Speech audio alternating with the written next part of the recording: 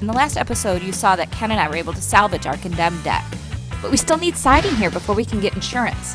Easier said than done. Taking a closer look, we realized the whole side of the house was leaning towards the ground. Snap. I'm Randy Vaughn, and this is Michigan Flipped. I'm the real deal. I look for dilapidated properties that need work, time, energy, money. I renovate, I hire, I fire, I get injured, I get filthy. I deal with contractors, I deal with men and women, the dead creatures and the living creatures. Whatever it takes to get a house back on the market.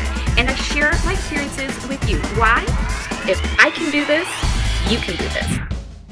The solution to this leaning wall? Tear down and rebuild.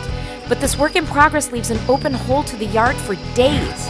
And during this time, a chase ensues. My dogs versus the local skunk. Guess who won? Okay, it's time to bring in more help and close this wall up. I'm gonna let the guys do their thing, because I'm working on something way more fun and way less stressful. My custom shutters. There's some interesting info on the history of shutters. Wood shutters can be traced to 15th century Tudor homes of England, where they first placed them inside the home. Then glass was considered a luxury, and most windows that had it only had it on the upper sashes. So, to save money, shutters were used instead of glass on the lower sashes. While interior shutters today are still functional for privacy like these, exterior shutters are almost always decorative. I've decided on a simple clean line design for my house. To determine the size, I've measured the window's height, which does not include the trim. Ideally, the width of your shutters should be half the width of your window. For each shutter, I've cut 1x4 long pieces of wood at my height, 54 inches. And I've cut short pieces to tie them together. This is one of my favorite tools. It's an airless nailer.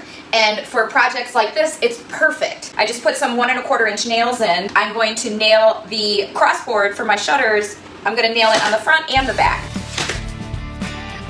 How easy are these to make? You can assemble your shutters with 1 1/4 inch deck screws instead of nails if you don't have a nail gun, or use both, making them extra sturdy. For longevity, paint the front and the back. I use an oil-based paint. Now they're ready for the window.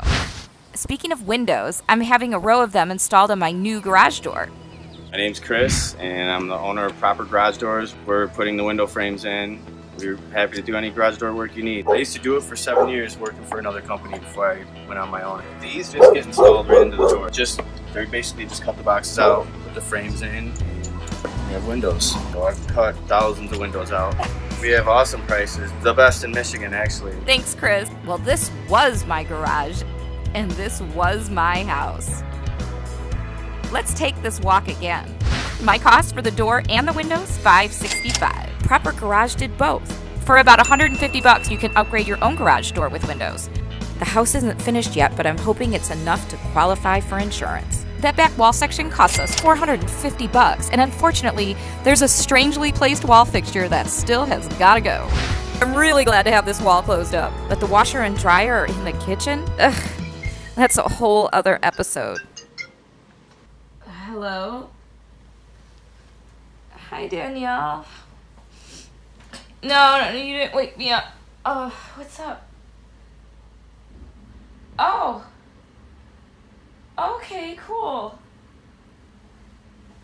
We got insurance! To follow the small victories and all of the progress, subscribe to the channel, and I will see you next time.